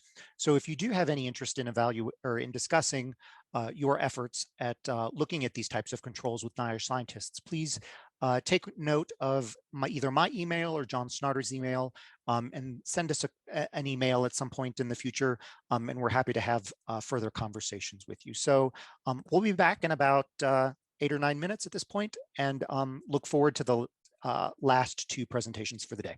Thank you. About this and have Andy share his knowledge. So Andy, the floor is yours. All right, thank you, Bradley. And can you see my screen and hear me okay? Yes, I can hear you and the screen looks great. Okay, well, it's a real pleasure to be here and to be able to share with you, as Bradley just said, some control technologies that we developed for mining that we feel have application to oil and gas. So over the next 25 minutes, I'm going to go through just a little bit of background on where we are today, how we got to where we are for the Silica standard from a mining perspective, then talk about 4 past research areas that we think that you should consider for oil and gas. And then I'll conclude with some current research that we think is also applicable. So there were really 3 major events that we feel from a mining standpoint set the groundwork for our Silica standard today. In the top picture there in the center, it is the Missouri lead miners. And you can see from 1910 through 1913, the study was performed and about half of the workers were felt to have silicosis. The picture on the bottom left is a picture of the Vermont granite sheds, and you can just see the haze in the air. 2 studies there. The second one by a Dr. Hoffman in 24 said that if workers had been in the industry at least 4 years, that he felt 100% of the workers were showing at least some signs of silicosis. And then the 2 pictures on the right deal with the Gully Mine Bridge project in southern West Virginia, where a 3-mile tunnel was directed through the Gully Mountain for a hydroelectric power plant. And this sandstone, limestone ore contained extremely high silica levels. The plaque on the left is located in southern West Virginia near their site, and it talks about how 476 miners lost their lives to acute silicosis from this project. And within months, and as a matter of fact, some of the workers were dying before the project was even completed.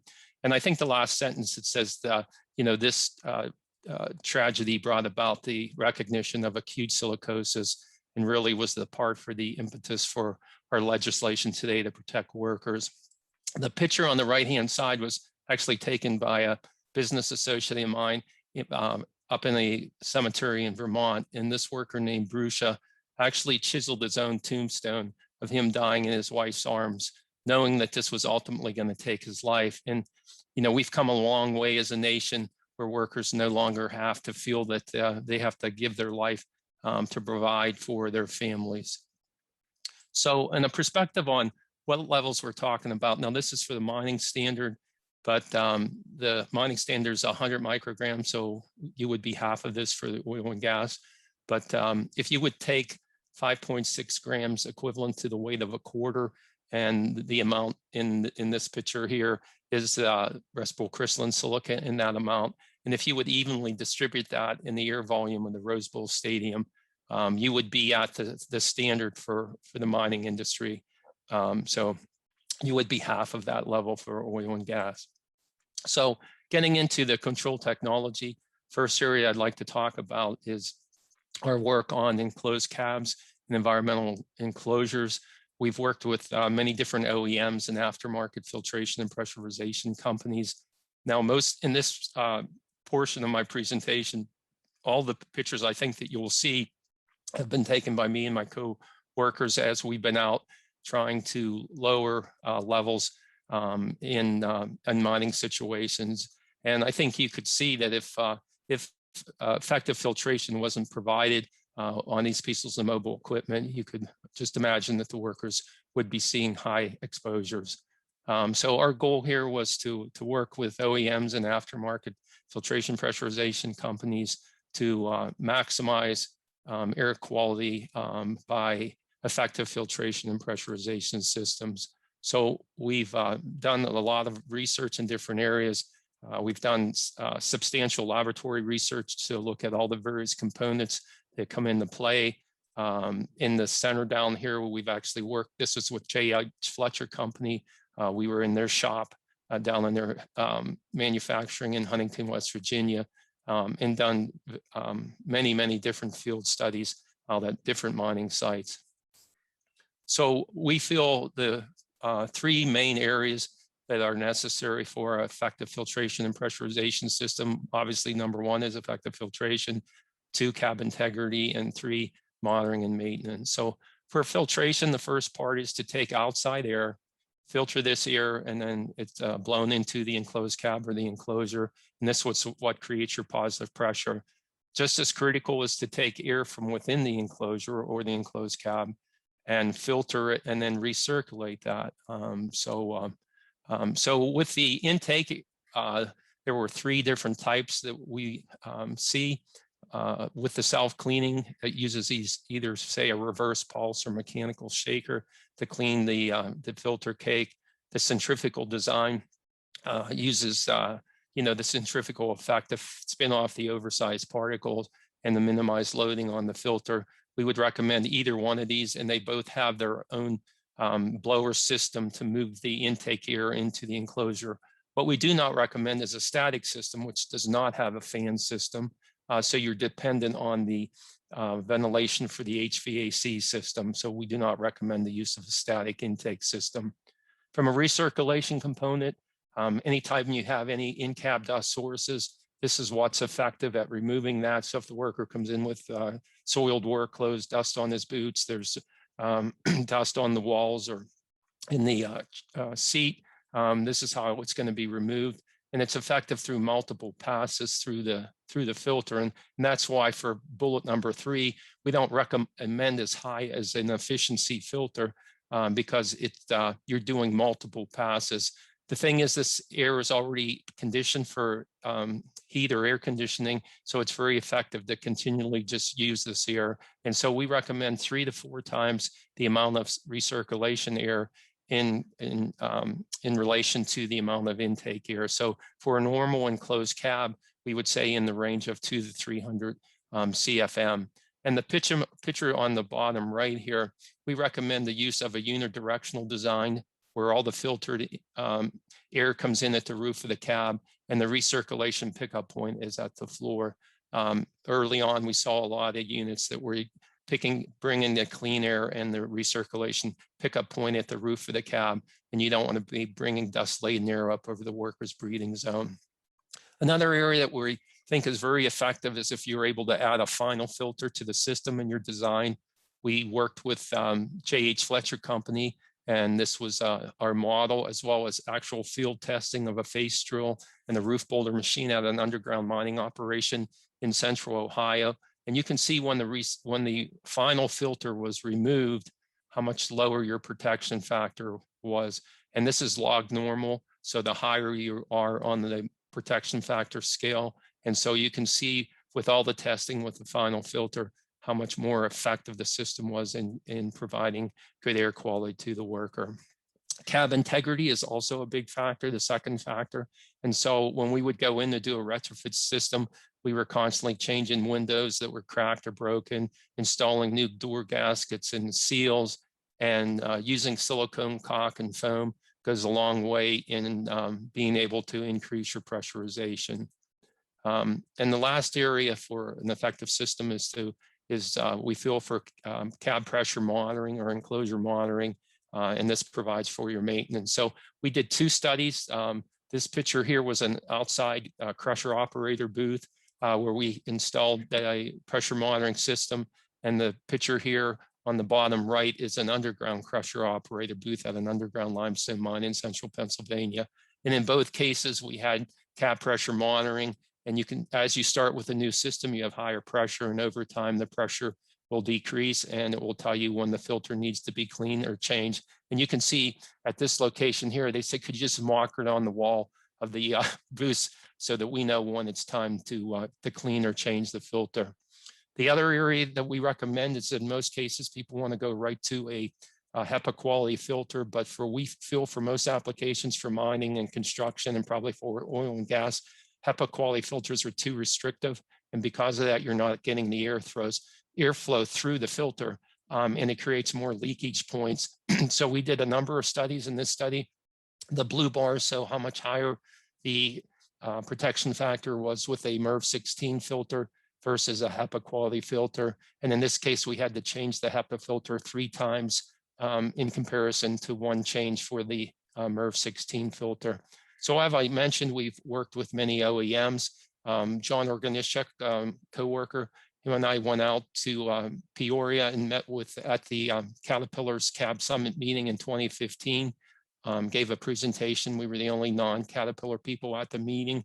And the following day, we met with Dan Spurgeon and his engineering team. And he wrote an email back to us and said how beneficial it was to see the information that we'd obtained and our recommendations and how they then were able to implement that into their design. In the next part of my presentation, I'm going to be talking about helmet cam, and Dr. Cotta mentioned a little bit about that. But on this study with a manual, we actually monitored this CAT 988 loader, and you can see over the time that we had the helmet cam in the piece of in this front end loader, the average concentration was 0.42 micrograms. So for mining, the standard's 100. And you can see that the levels were higher as the worker got into the enclosed cab, and levels continually went down. So unbelievable air quality. And I called Dan up afterwards, and he said, yeah, this is one of the designs that we based upon your recommendations. So, so there's 2 publications that I think will go into a lot more detail. I know I quickly went through this. The one on the left is a Niosh IC written by John Organischek, my co-worker. John has recently retired, but it's a very in-depth. And later on in my presentation here, I'll also talk about the dust control handbook, and one of the chapters in the handbook is designated to this. So we definitely think this has tremendous application to oil and gas sites. Obviously, you have control rooms and command centers that providing clean, filtered, pressurized air would be a great benefit, as well as different mobile equipment on site. where you could use this technology. The next area, and again, Emmanuel briefly talked about this, but is our video exposure monitoring technique that we call Helmet Cam, and our Evade software that we designed and is available out on our website. So the Helmet Cam allows you to place a video camera and a instantaneous dust monitor on any worker, allow the worker to go out and perform his job and then come back and download the information and analyze it with the Evade software. What's nice is it also allows you to determine the effectiveness of different engineering controls and interventions to see how effective they are. And as Emmanuel said, right now the Evade software will accept input from various different types of dust monitors. Right now, 3 different video cameras: the Contour, the Body Cam, and the GoPro. So all you have to say is, I'm using this dust instrument and this video camera, and it gets everything synced in the right spot. Our Evade software is out on our website. So if you go to use it, it's always going to provide you with the latest edition, because we're constantly updating it.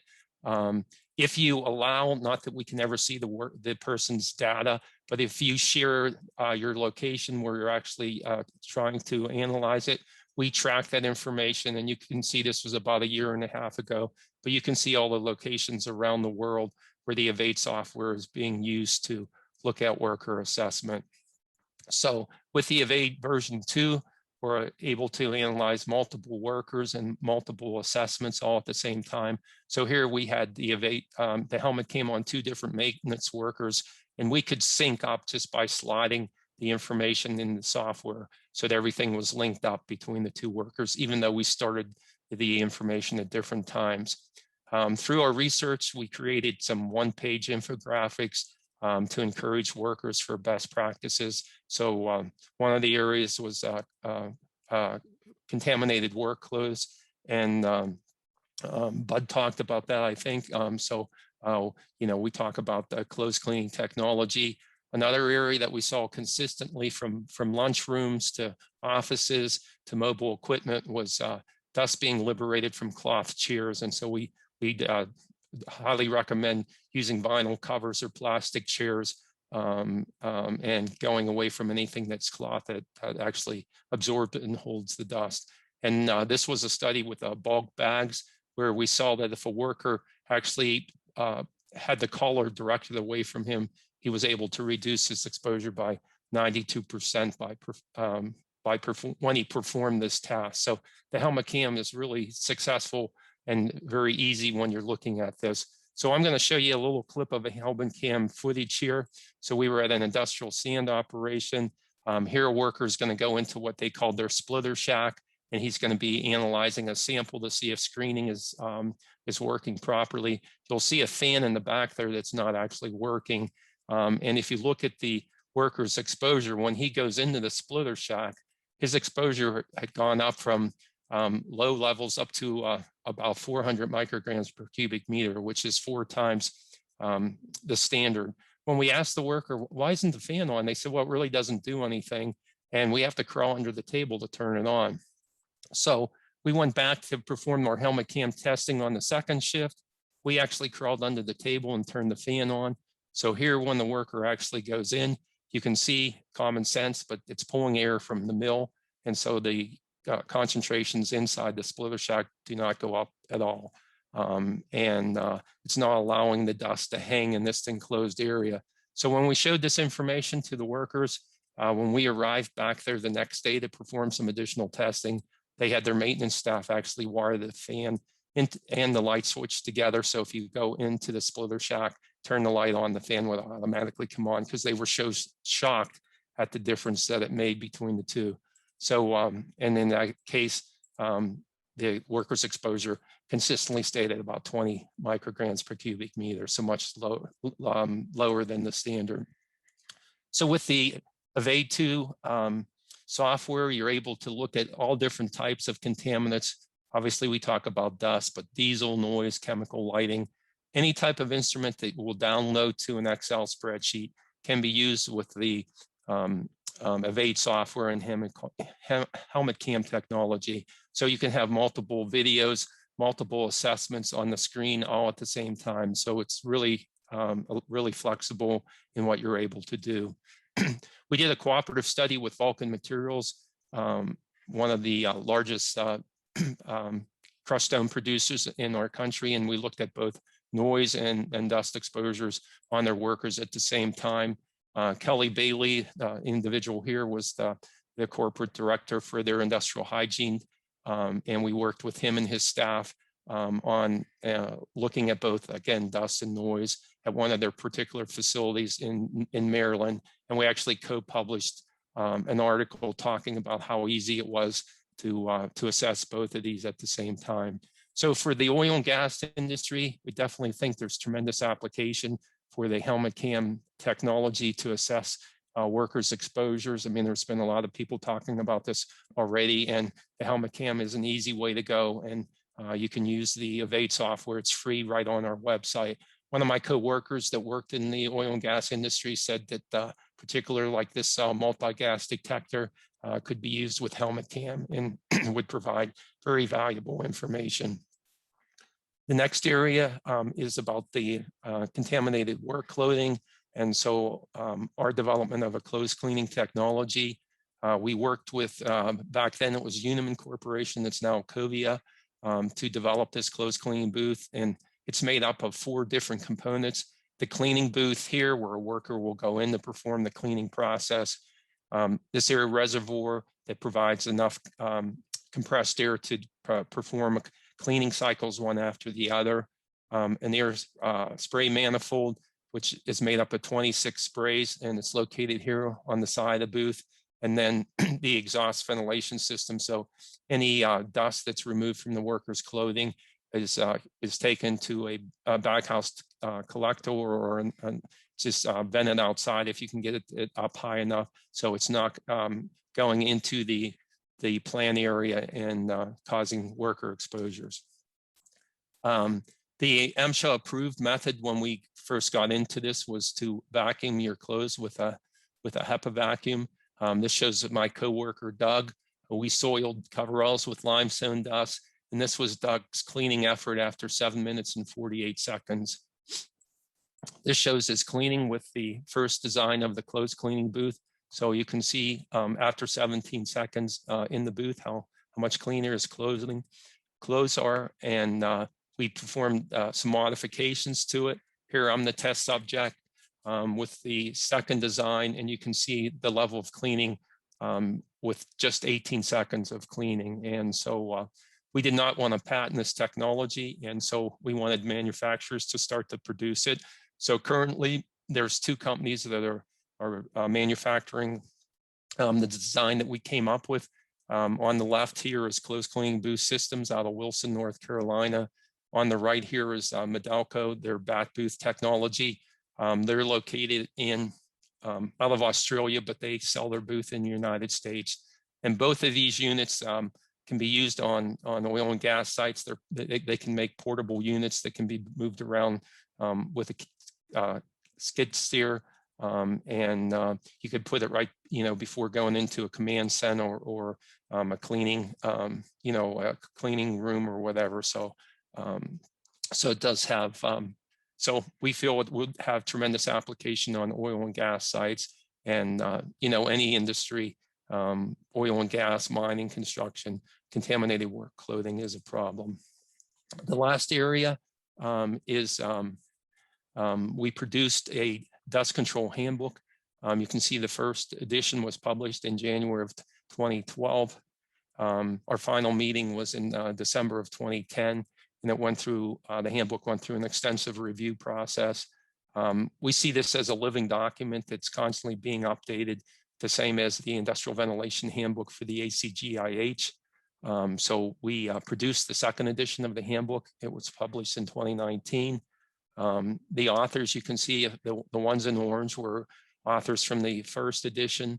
The authors in names listed in red were just new authors to the second edition. So if you look over here with the breakdown, there were 4 industrial hygienists, 4 general engineers, 3 mining engineers, a mechanical engineer, a behavioral scientist, a health communication specialist, and then Mark Ellis, who was the president of the Industrial Minerals Association of North America.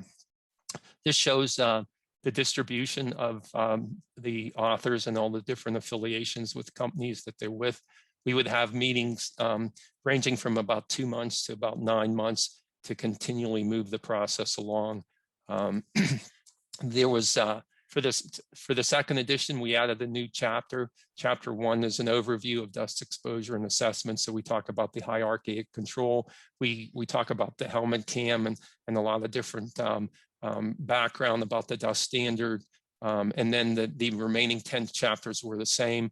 And you can see whether it was a minor revision, a significant revision, or a major revision. So the chapter 10 on the enclosed cabs, filtration, pressurizations for environmental enclosure was a major revision. So the second handbook is 78 pages longer than the first edition, and there's 236 illustrations throughout the handbook. So that was a area that we really put great effort into, to provide good illustrations. So chapter 3, what spray systems, definitely feel there has application to the oil and gas industry. So we talk about when you're creating water sprays, you want to match the water particle to the dust particle.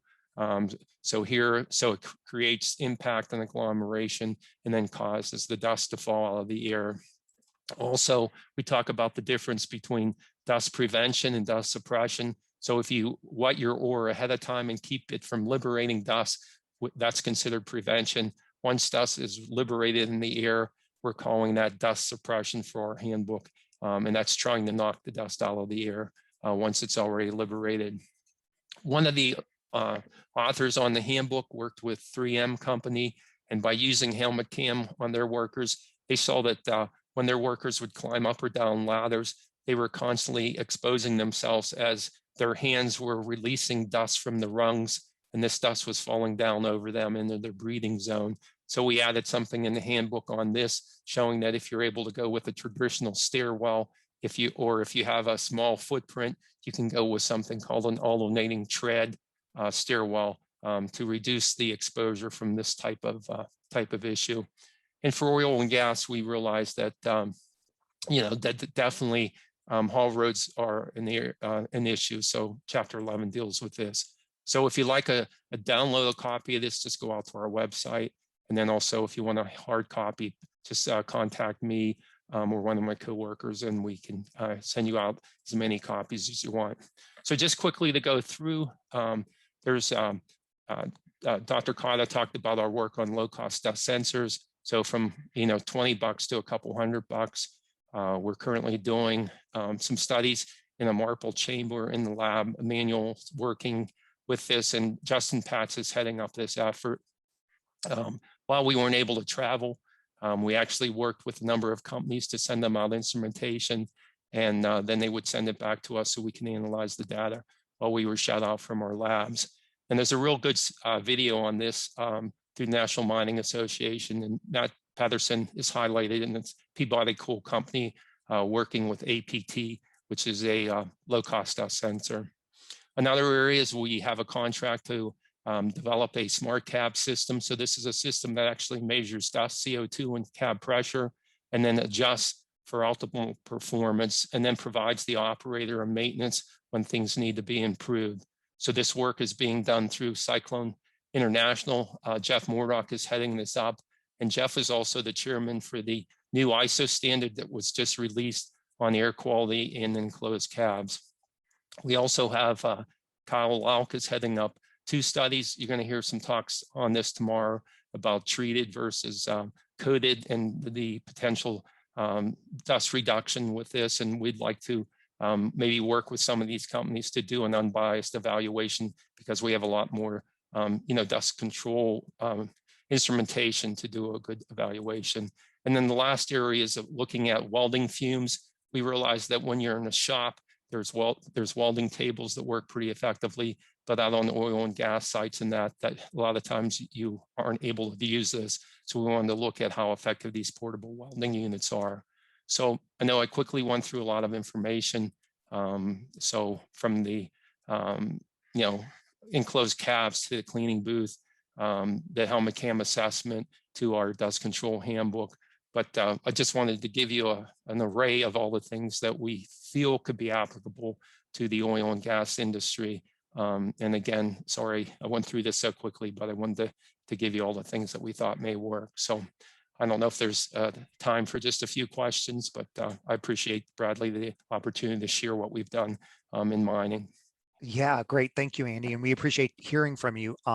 It's always great to hear from colleagues in one of our other industrial sectors, hearing about their experience and sharing knowledge. And we really appreciate the tools that you've described today. I know in some of our Niosh evaluations, we've used the evade software with, for example, FLIR video to look at hydrocarbon gases and vapors in conjunction with direct reading monitoring equipment like multi-gas meters. And it's been quite helpful, not only from learning about the exposures, but also to use then that information in those videos for training purposes as well, which is quite useful. So we have a couple of quick questions.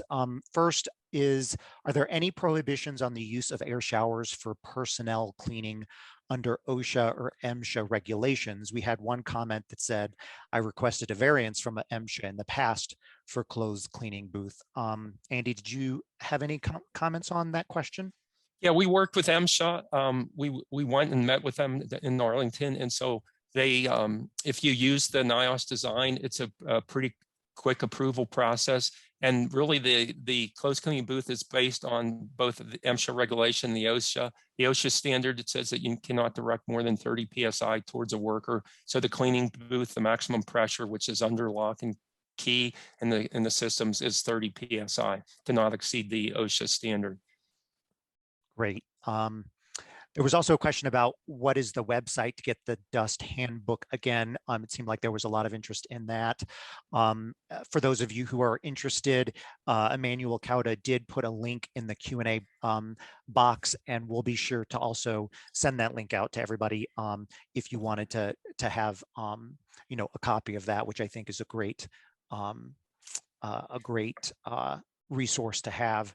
And then the other question was, can you please provide Andrew's email again? And we'll also make sure that the authors, that the contact information for all of the authors is available in case you wanted to reach out directly to Andy to talk with him about the possibility of collaboration or questions that you might have about how the information that he presented might be applicable to your particular situation. Okay. Andy, I think that's it. We will have to move on to the last speaker of the day. So it appears you have stopped sharing your screen. And Jim, if you wanted to pull your screen up and start sharing, I will give a brief introduction. So, what we've heard so far in the presentations that we've heard from today have been a lot from our government colleagues, both here in the United States as well as in Canada, talking about our experiences, what it is that we know, what it is that we've done, some of the new tools and technologies that we're trying to put out there to potentially be used. But we haven't heard much from our industry partners yet. And so from here on out, most of the next sessions will be talking about the experiences that a lot of our industry partners have, whether it's control manufacturers themselves or companies who have spent a substantial amount of time looking at how to control silica, what they've found out to be successful, not successful, and to talk about their experience and really learn from them. So to all the attendees, I do want to thank you for your participation today.